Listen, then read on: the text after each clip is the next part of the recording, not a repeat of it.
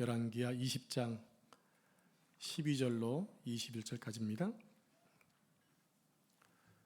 열왕기하 20장 12절로 21절입니다.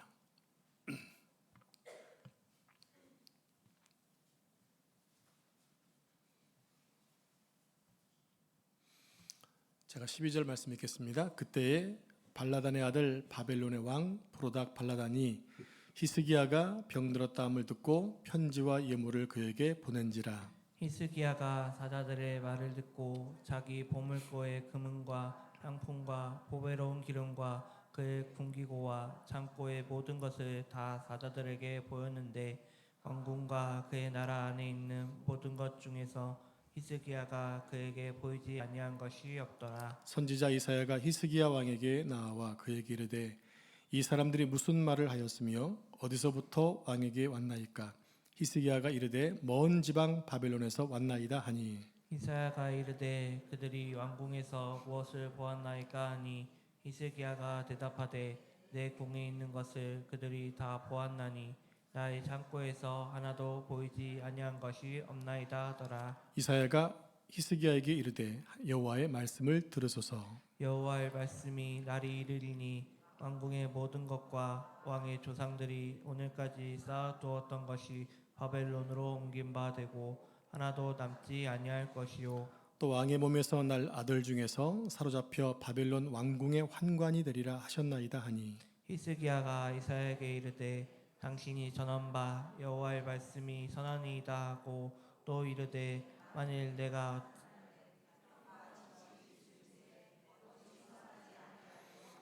히스기야의 남은 사적과 그의 모든 업적과 저수지와 수도를 만들어 물을 성 안으로 끌어들인 일은 유다 왕 역대지락에 기록되지 아니하였느냐. 히스기야가 그의 조상들과 함께 자고 그의 아들 므낫세가 대신하여 왕이 되니라. 아멘. 이 말씀은 살아계신 하나님의 말씀입니다. 아멘. 운동 경기를 보다 보게 되면 역전승을 하는 경우도 있고 반대로 역전패하는 경우도 있죠. 역전승의 기쁨은 평소의 승리보다 배가의 기쁨이 있고요. 또 반대로 역전패하면 그 충격이 배가 됩니다.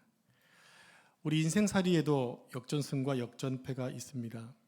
오늘 우리가 살펴볼 유다의 왕 히스기야는 한때 역전승을 하는 삶을 살았지만 또 나중에는 역전패하는 삶을 살고 맙니다.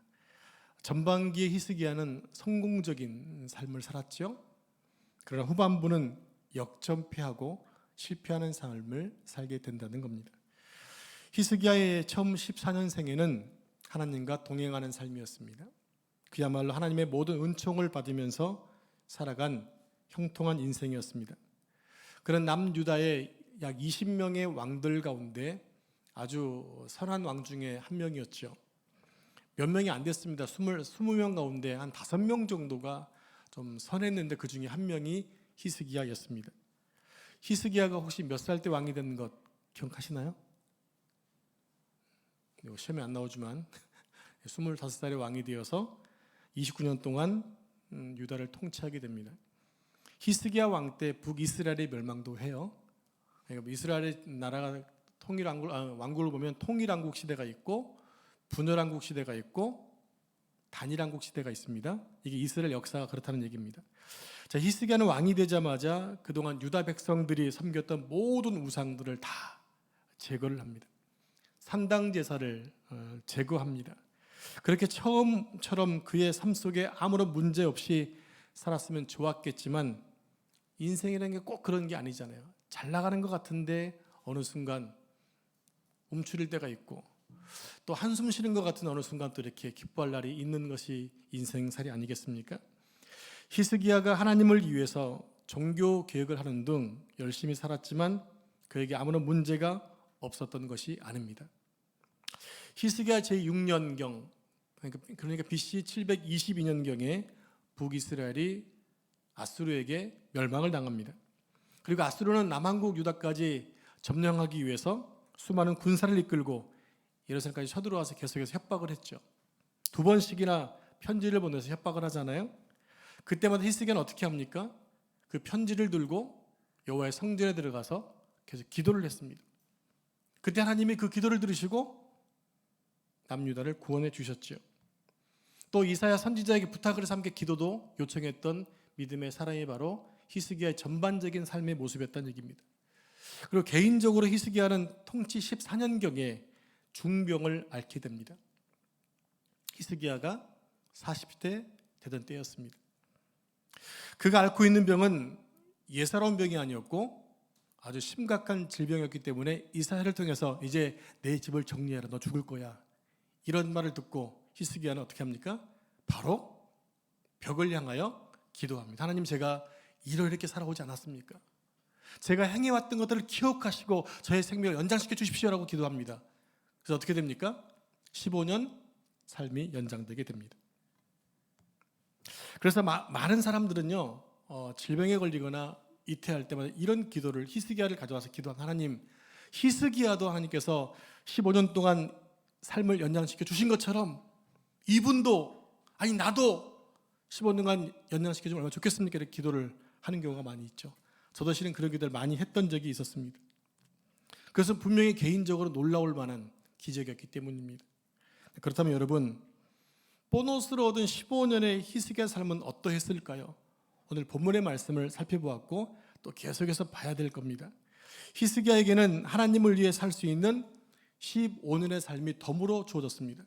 그동안 14년도 잘 살았잖아요.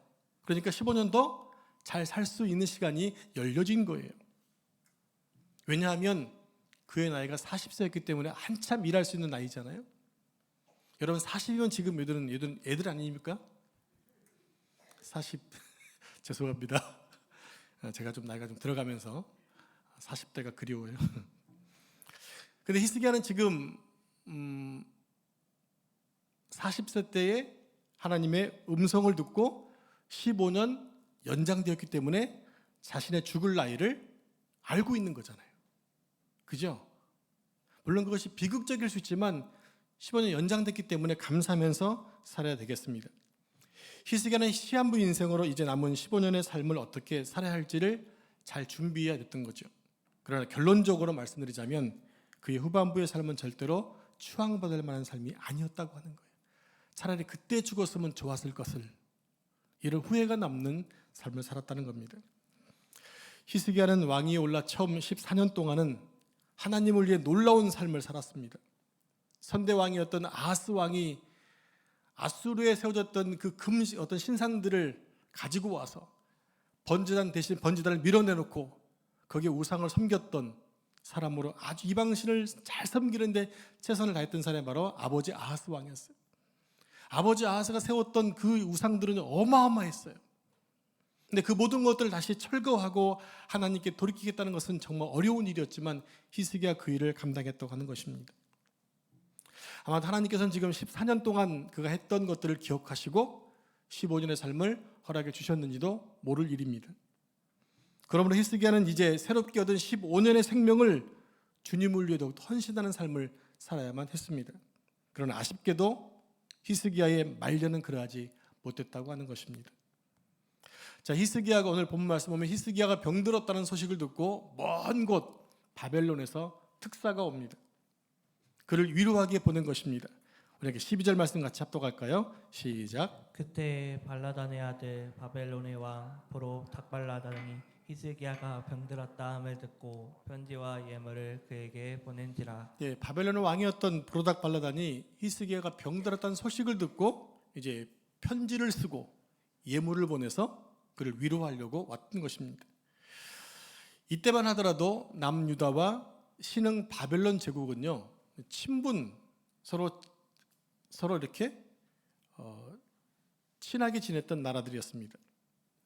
히스기야는 신흥 강대국인 바벨론의 왕이 자그마한 나라의 왕인 자기 신에게 친필로 편지를 적어 보내고 예물을 보내며 관심을 보이자 너무나 기쁘고 좋았던 겁니다. 그래서 앞뒤를 가리지 않고 특사를 보낸 바벨론의 왕의 의도를 생각하지 않은 채 특사를 영접하면서 자신의 궁에 있는 모든 것들을 다 자랑 삼아 보여줍니다. 우리의 왕궁은 이렇고 모형들 이렇고, 실은 그것이 지금 누가 세운 거냐면 그 왕궁은 솔로몬이 만든 거잖아요. 그러니까 에디오피아에서 왔던 그 여인도 왕후도 솔로몬의 그 왕궁을 보고 놀랬던 거 있지 않습니까? 그래서 이어받았으니까 당연히 멋있었겠죠. 자랑 삼아 다 보여줬습니다. 그것뿐이 아니라 예루살렘 성전까지도 보여주게 됩니다. 자, 우리 함께 13절 말씀을 같이 합독할까요? 시작. 히스기야가 사자들의 말을 듣고 자기 보물고의 금은과 향품과 보배로운 기름과 그의 군기고와 창고의 모든 것을 다 사자들에게 보였는데 왕궁과 그의 나라 안에 있는 모든 것 중에서 히스기야가 그에게 보이지 아니한 것이 없더라. 아멘. 교회를 크게 지으면요, 교회를 방문하는 분들이 있을 수 있어요. 그러면 그분들을 들어가면서 다 이렇게 설명해 드리죠. 이렇게 막 자랑하는 거예요. 이게 뭡니까? 은근히 자랑하는 거예요. 자랑하는 거예요. 여러분, 신은 강대국인 바벨론이 작은 나라의 특사를 파견하는 이유가 뭐라고 생각하십니까? 여러분, 큰 제국이 새롭게 뜨고 있는 그 큰 힘을 가진 나라가 작은 약소국가에 특사를 보낸 이유는 뭐라고 생각하십니까? 존중해서 사랑하기 때문에 그게 아니라 정탐하러 가는 거예요. 어떻게 이들을 물리칠까? 그런 마음으로 특사를 보낸 것입니다. 기회를 엿보고 정탐하기 위해서 특사를 보낸 거예요.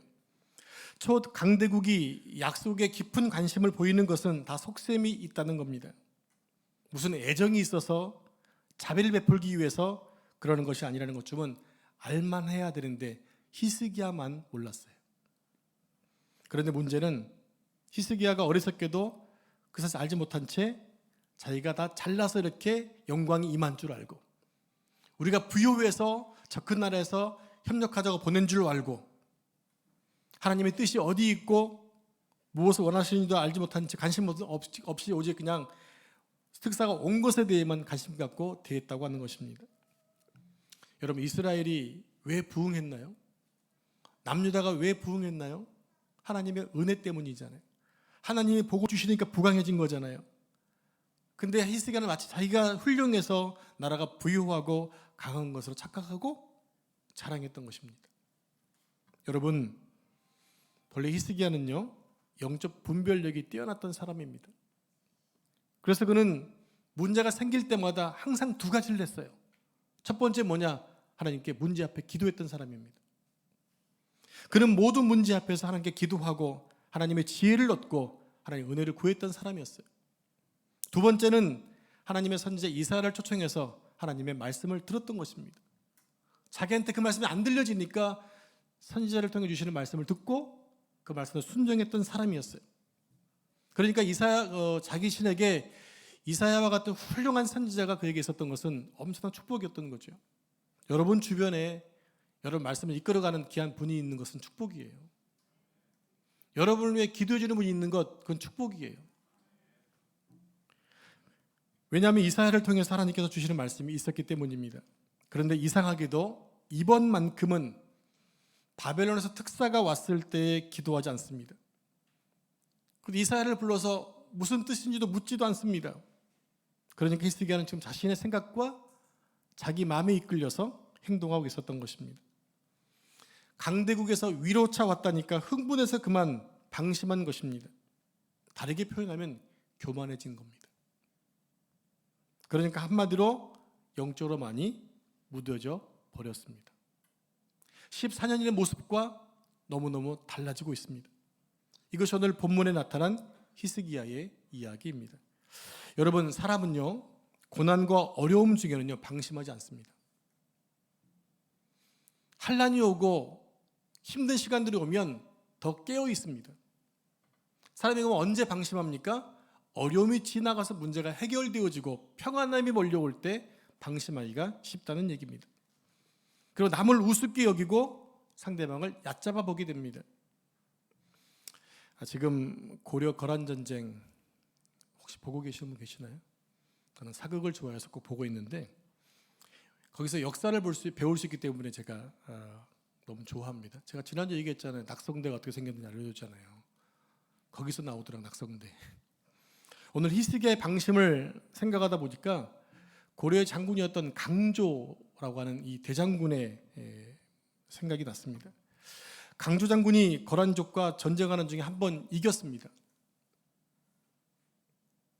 그러다가 한번 이긴 것 때문에 자만해가지고 적이 쳐들어오는 것 별로 신경 쓰지 않다가 20만 명의 고려군대가 와해되고 자신도 잡혀서 죽고 맙니다. 그가 방심하지 않고 처음 먹었던 마음대로 대처했다면 우리나라 역사가 달라졌을지도 모른다는 거예요. 우리 신앙인들도 고난과 어려움을 만났을 때는 오히려 기도하며 조심합니다. 그러나 무엇인가 성취하거나 큰 복이나 응답받고 나면 그 이후에는 이상하게도 큰 시험에 걸려 넘어지는 경우가 종종 있더라는 거예요. 믿음으로 시작하였는데 많은 사람들이 명예를 얻고 물질을 얻고 건강을 얻고 난 순간 순식간에 무너지는 것들이 너무 많이 있어요. 오늘 히스기야도 역시 그런 실수를 저지르고 말았다는 겁니다. 성도 여러분, 성경은 분명히 말씀합니다. 선줄로 생각하거든 넘어질까 조심하라.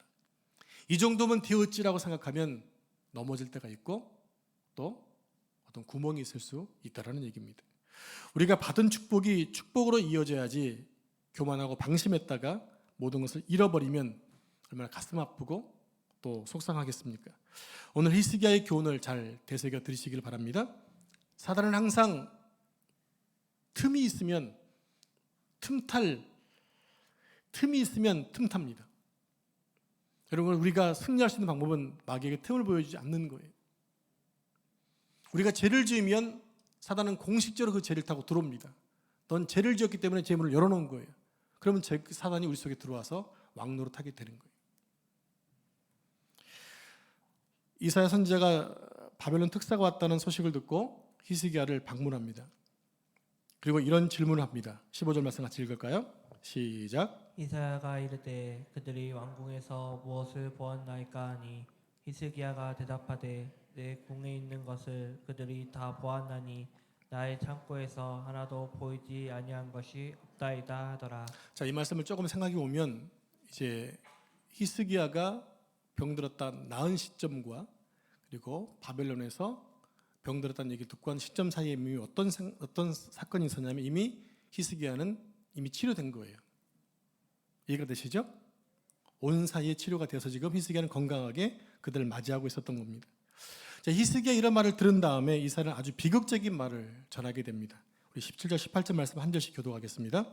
여호와의 말씀이 날이 이르느니 왕국의 모든 것과 왕의 조상들이 오늘까지 쌓아두었던 것이 바벨론으로 옮긴 바 되고 하나도 남지 아니할 것이요. 또 왕의 몸에서 날 아들 중에서 사로잡혀 바벨론 왕궁의 왕관이 되리라 하셨나이다 하니. 아멘. 이 말씀처럼 딱 100년 이후에 이런 현상이 생깁니다.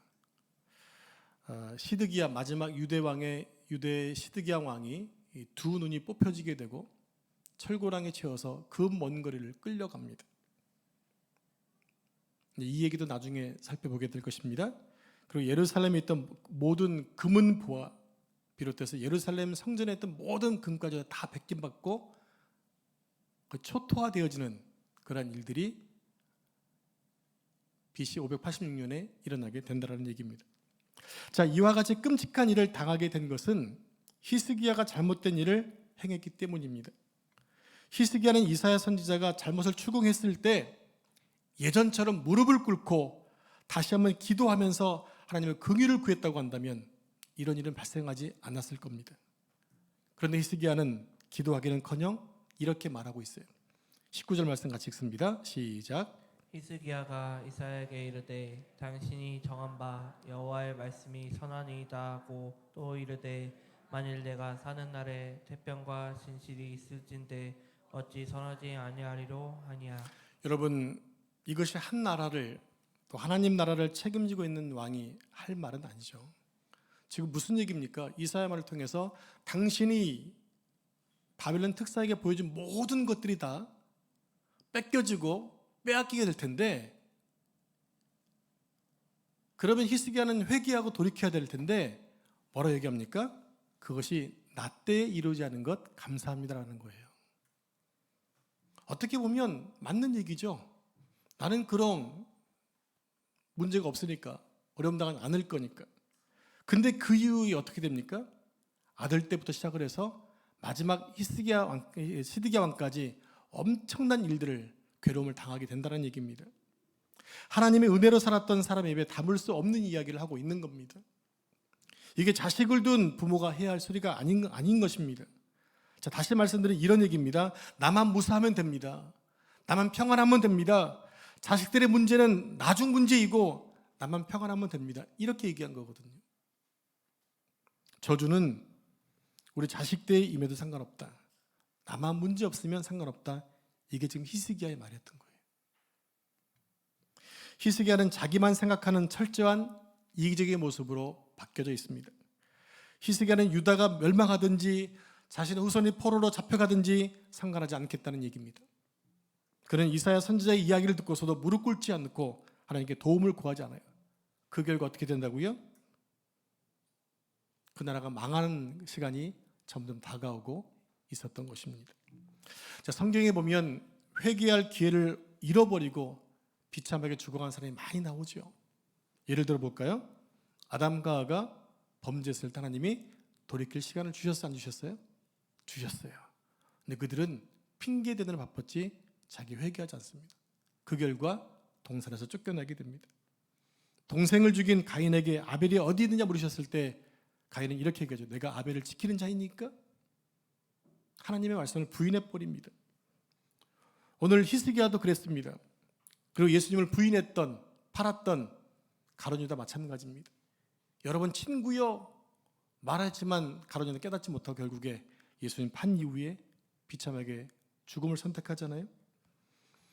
여러분 회개할 기회를 얻었음에도 이상하게 회개하지 않고 멸망에 처하게 되더라는 것입니다. 여러분께 도전합니다. 우리 하나님께서 말씀하시면 나의 문제가 발견되어지면 바로 회개하는 것이 상책입니다. 또 회개를 하는 것도 은혜를 입은 거예요. 여러분 그 은혜마저 여러분이 상실해 버리시면 안 된다는 얘기입니다. 우리가 인생을 살고 신앙생활 하다 보게 되면 충분히 교만해질 수도 있습니다. 잘못할 수도 있습니다. 왜냐하면 우리는 완전하지 않기 때문에 그래요. 그러므로 회개할 기회가 주어진다면 절대로 뒤로 미뤄서는 안 됩니다. 내일 해야 되지. 내일 까먹어버리면 회개하지 못한 부분이 계속해서 전이될 수 있기 때문에 그래요. 당장 하셔야 됩니다. 돌이키고 회개할 길이 살 길이고 축복의 길이라는 사실을 잊지 마시길 바랍니다. 히스기야는 전반기 14년 동안은 하나님을 잘 섬겼지만 덤으로 살아가는 15년 동안은 하나님을 온전히 섬기지 못했습니다. 히스기야의 문제는 중병에 걸렸을 때가 문제가 아니라 병으로부터 치유함 받았을 때부터가 문제였습니다. 히스기야는 바벨론의 침공으로부터 예루살렘을 보호하기 위해서 수로를 파고 서간에 물을 끌어들이는 실루한 못을 만들기도 하지만 다음 세대를 위한 일은 하지 않았다고 하는 거예요. 그 결과 히스기야가 죽자 왕이 오른 아들 므낫세는 아버지 히스기야가 세워놨던 모든 산당, 폐했던 모든 산당을 다시 세우고 우상들 다시 생기면서 55년 동안 악행을 저지르게 됩니다. 나중에 살펴보겠지만 하나님이 므낫세의 죄악들을 참지 않으셨어요. 그래서 이렇게 얘기하십니다. 남유다가 멸망되는 것은 므낫세의 죄악 때문이다. 므낫세가 누구 아들이에요? 히스기야 아들이에요. 여러분들 자녀를 위해 기도하기를 쉬지 마셔야 됩니다. 히스기야 같은 그 위대한 왕도 이런 실수를 저질렀기 때문이에요. 므낫세가 55년간 왕위를 이어갔거든요. 아버지가 쌓았던 모든 공적들, 업적들을 한순간에 다 갈아엎어버립니다.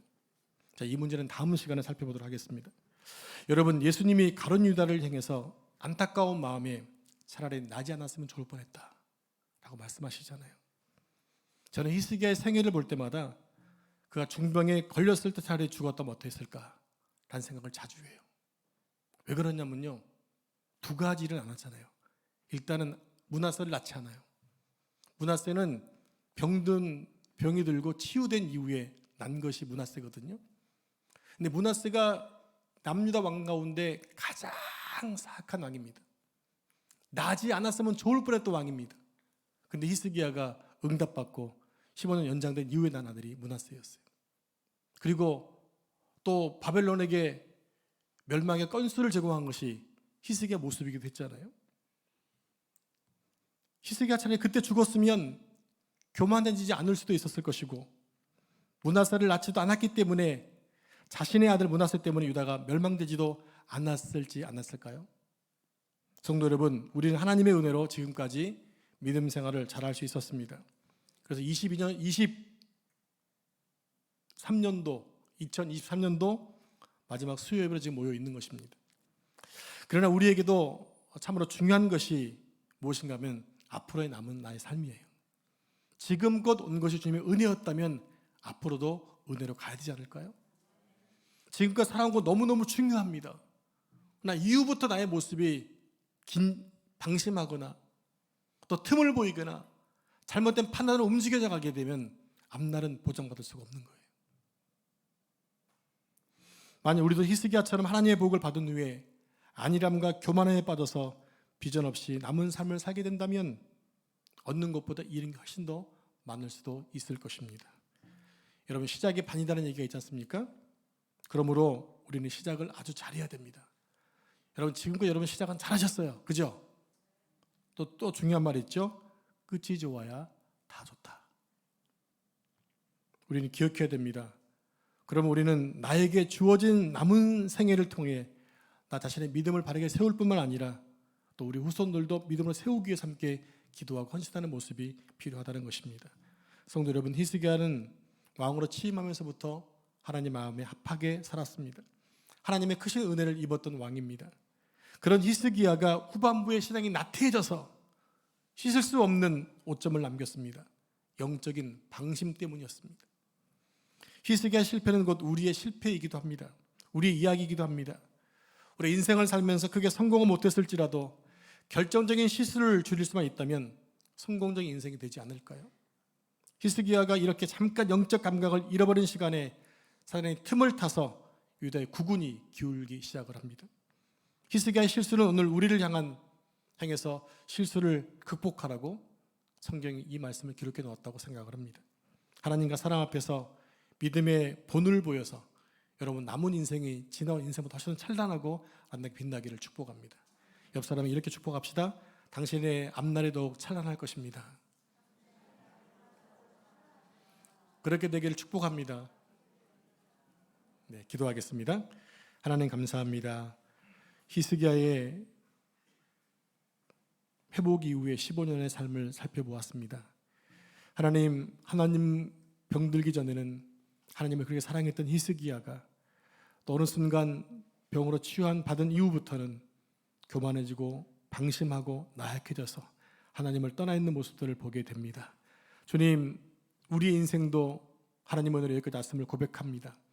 그렇게 기도하옵기는 우리 남은 생에도 지금처럼 가기를 원합니다. 실패하지 않기 원합니다. 낙심하지 않기 원합니다. 방심하지 않기 원합니다. 주님의 말씀 부여잡고 믿음으로 달려가기 원합니다. 가는 길 축복하시고 함께해 주시옵소서. 그래서 우리의 자녀들을 세우고 또 믿음의 많은 사람을 세울 수 있는 삶 되도록 축복해 주시옵소서.